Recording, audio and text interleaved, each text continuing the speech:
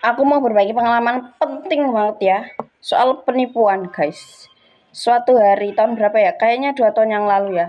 Aku tuku pada waktu itu aku nggak pesen barang apapun di sosmed manapun karena biasanya aku di Shopee ya itu pesennya. Di TikTok cuma nggak ada 10 kali. Kalau di Shopee mungkin udah ratusan kali ya.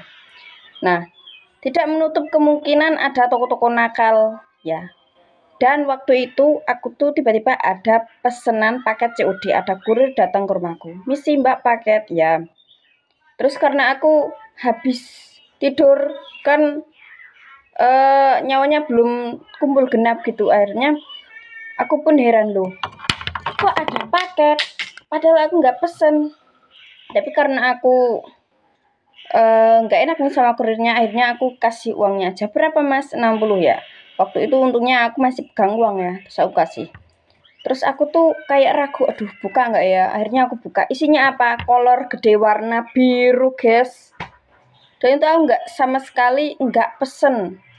Dan nama dan alamatnya tertuju di aku. Nomornya juga. Nah, aneh kan? Nah, terus dari situ aku menyimpulkan, oh ternyata setelah aku cari-cari di Facebook, di YouTube, banyak yang tertipu kasus kayak gitu. Temanku Jogja juga udah pernah senilai 300-an ribuan ketipu segitu, guys ya. Jadi kita perlu mengedukasi orang-orang rumah.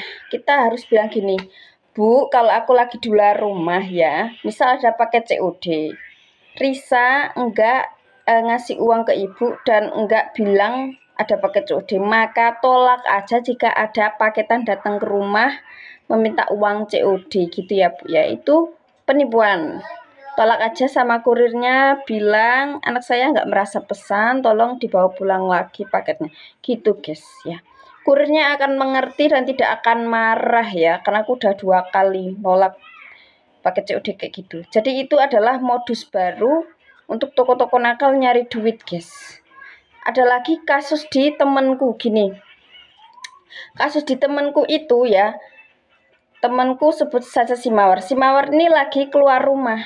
Nah tiba-tiba ada paket COD yang menerima ibunya ya. Setelah ibunya menerima kurang lebih 300 ribuan lebih ya. Udah diterima nih, udah dibayarin pakai uangnya ibunya. Nah, si Mawar itu terus pulang dan kaget loh, kok ada paket segini banyaknya harganya. Nah, kesalahannya si Mawar ini dia nggak bilang tentang kalau dirinya tuh nggak ada paket datang gitu, COD datang, karena ya emang hari itu nggak pesen apapun. Jadi itu emang bener-bener penipuan yang sangat jahat ya guys ya. Dan kasihan orang rumah. Mulai sekarang kita edukasi orang rumah agar jangan menerima paket COD kalau memang merasa tidak pesen gitu ya. Gitu aja guys, emang bahaya. Maka dari itu untuk meminimalisir penipuan itu maka kita mending pakai, misal pakai Shopee, kita pakai Shopee aja ya, biar gak ngerepotin orang rumah juga ya. Jadi serba salah, orang rumah niatnya mau nolongin paket kita, tapi kitanya malah ketipu dan harus mengembalikan uang kepada orang tua, padahal barang yang datang tuh kita nggak tahu itu berguna atau enggak. Kira-kira pada mudeng nggak nih ya? Semoga tidak terjadi untuk kita. Dan untuk tetangga-tetangga kita juga harus diedukasi supaya jangan mau menerima paket COD kita kalau kita tidak nitip.